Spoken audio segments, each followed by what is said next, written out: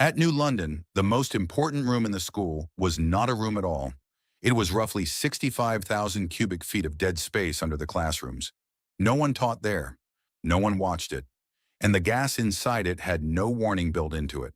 It had no color, no smoke, no alarm, no odor strong enough to tell hundreds of children and teachers that the floor beneath them was becoming part of the fuel system. On March 18, 1937, in Rusk County, Texas, the London School looked like a triumph of oil money, a modern steel frame building, a proud rural district, a campus surrounded by the industry that had made the town rich. Then a switch was thrown in the manual training shop. The official report would later say the probable cause was a flash from electrical equipment, igniting combustible gas that had accumulated beneath the first floor. But that sentence by itself is too clean. It makes the disaster sound like a spark problem. The spark was only the last visible event. The deeper failure was that the whole building had been allowed to depend on an invisible warning. This episode is about the space under the school and the warning that had to be invented after it was too late. To understand New London, start with the ground. In 1930, oil was discovered in East Texas, and Rusk County changed quickly. Wells rose across the landscape. Pipelines crossed school property and roads. Money moved into places that had not been built for that kind of sudden wealth. The London School District became one of the richest rural school districts in the United States. The school building reflected that confidence. It was large, modern, and built of brick, steel, and concrete. For families in the oil field, it was proof that petroleum had not only made fortunes, it had built a future. That is the first contradiction. The same field that paid for the school also supplied the hazard that would destroy it. The school did not sit at the edge of the oil world. It sat inside it.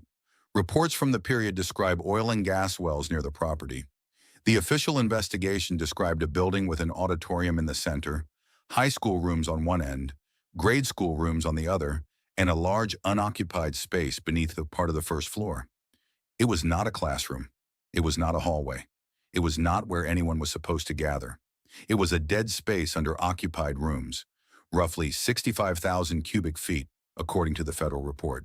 A hidden volume inside the building, a place large enough to hold air, gas, and time. Unused space can still decide what happens to the people above it. At New London, the unused space became the center of the story. The heating system added another layer. The school used individual gas steam radiators. The federal report counted about 72 of them. Some were vented. Others, in halls and stairways and unoccupied spaces, were generally unvented. The report did not say the radiators alone caused the explosion. It was careful about that. It separated what investigators could prove from what they could not. I am going to keep that distinction because it is the difference between reconstruction and myth. What investigators could prove was that the school changed its gas supply in the weeks before the disaster. Until January 1937, the school had bought gas from a commercial company. Then, to save an estimated $300 a month, the school board and superintendent approved a change. Plumbers tapped a residue gas line from the Parade Gasoline Company, a line near the school property. Residue gas was common in the East Texas oil field. Some accounts call it green gas or wet gas. It was associated with oil production, and much of it was treated as waste. In an oil field where gas could be seen burning in flares, using it for heat could look practical rather than reckless. That is why the warning chain at New London is so dangerous. It did not look like a chain. It looked like normal local practice, a cheaper fuel source, a nearby line, a building already using gas heat, a community surrounded by oil equipment, a decision that saved money in a district proud of its modern school. No single step had to feel dramatic to become dangerous. The first accepted risk was the tap. The second was the assumption that a common practice was therefore a safe one. The third was the absence of a dependable warning if the gas escaped. Natural gas in its raw state can be colorless and odorless. The gas at New London, according to the historical record, could not be detected by odor. The federal investigator wrote that there was no evidence effective methods were being used in the East Texas oilfield section to detect leaking gas. That sentence is administrative language, which is why it matters. The danger was not only beneath one school. The report was describing a regional safety blind spot, A combustible gas could move through a pipe, leak into a building, gather under classrooms, and still not announce itself in the one way ordinary people might have noticed. The warning did not fail at New London. The building was waiting for a warning that did not exist. By the morning of March 18, the building was preparing for an ordinary end to a school day. Students were getting ready for the next day's interscholastic meet in Henderson. A PTA meeting was being held at the gymnasium. The younger students had a different schedule from the older grades. Inside the main building, the Texas State Historical Association gives a scale as about 500 students and 40 teachers. That group is the human anchor of the story. Not because a number can carry grief, it cannot, but because the building was full in the exact rooms above the space where investigators later believed the gas-air mixture had accumulated. The danger was not outside the school, waiting to enter. It was already underneath the school day. At about 10 that morning, according to the federal report, an employee entered the open area beneath the floor in the southeast section of the building and struck matches. No explosion followed. That detail complicates the story. If gas had already filled the entire underfloor space at an explosive concentration, those matches might have set it off. Investigators used the detail to reason about timing. They noted that the barometer was higher in the morning and falling by the afternoon. The report suggested that as pressure fell, gas could have escaped more readily and accumulated in larger quantities. The record does not give us a single villain.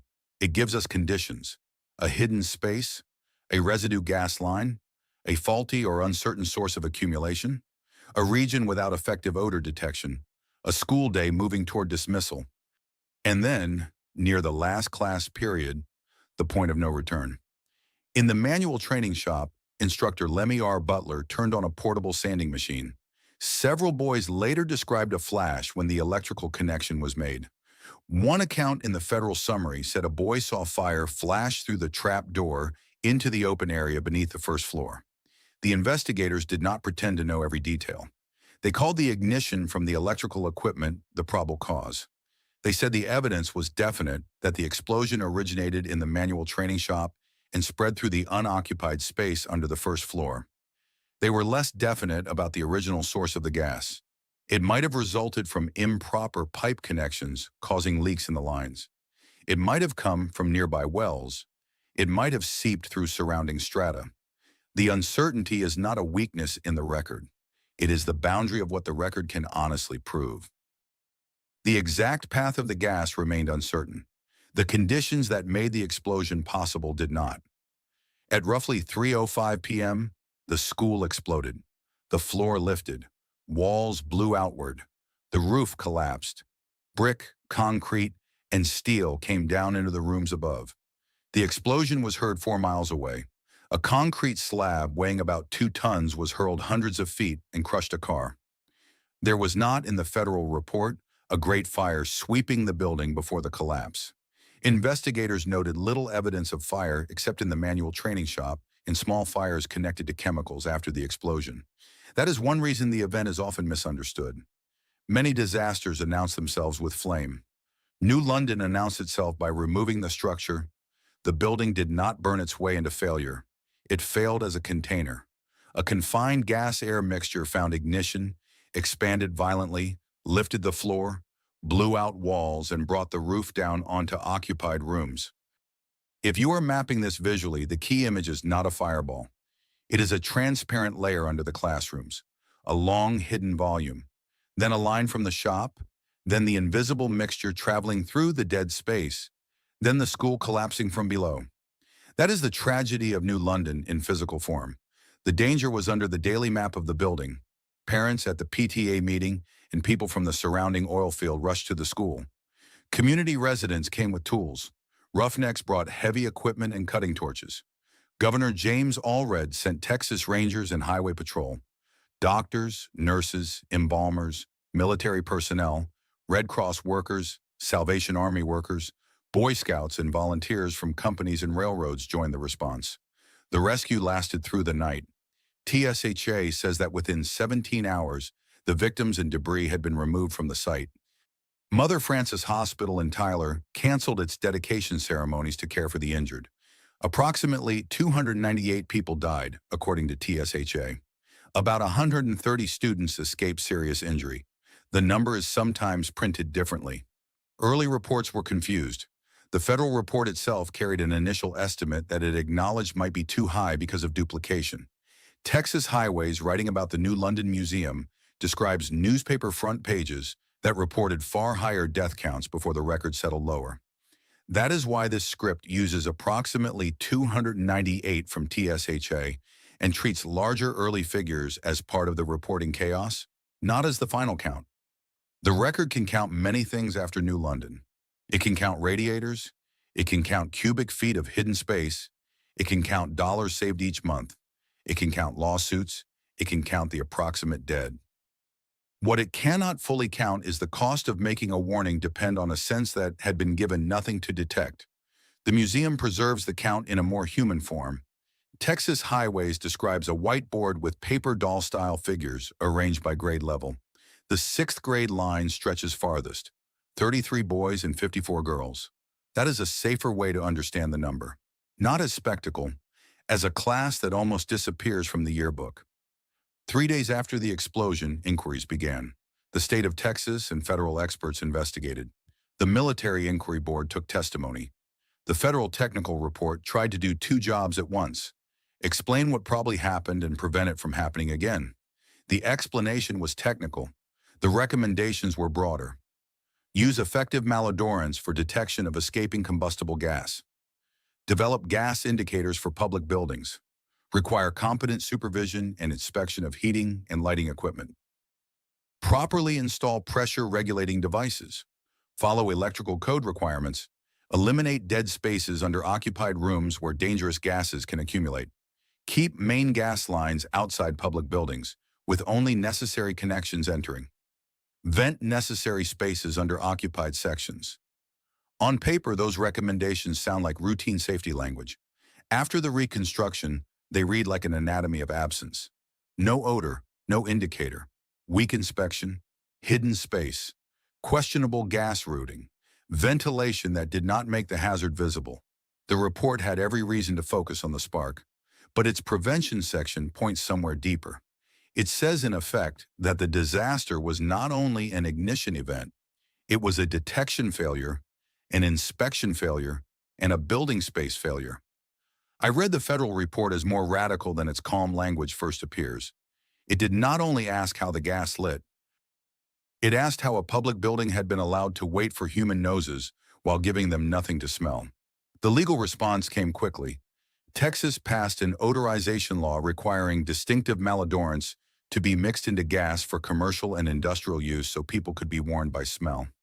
The Railroad Commission of Texas records that in 1937, after the New London explosion, the 45th legislature gave it authority over rules and regulations for odorization of natural gas or liquefied petroleum gases.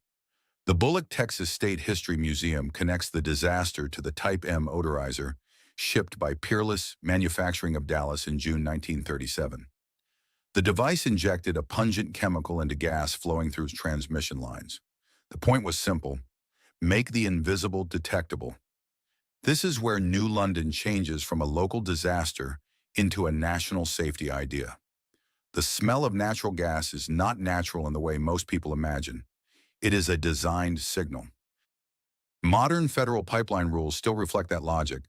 Under 49 CFR 192.625, combustible gas in a distribution line must contain a natural odorant or be odorized so that, at 1/5 of the lower explosive limit, it is readily detectable by a person with a normal sense of smell.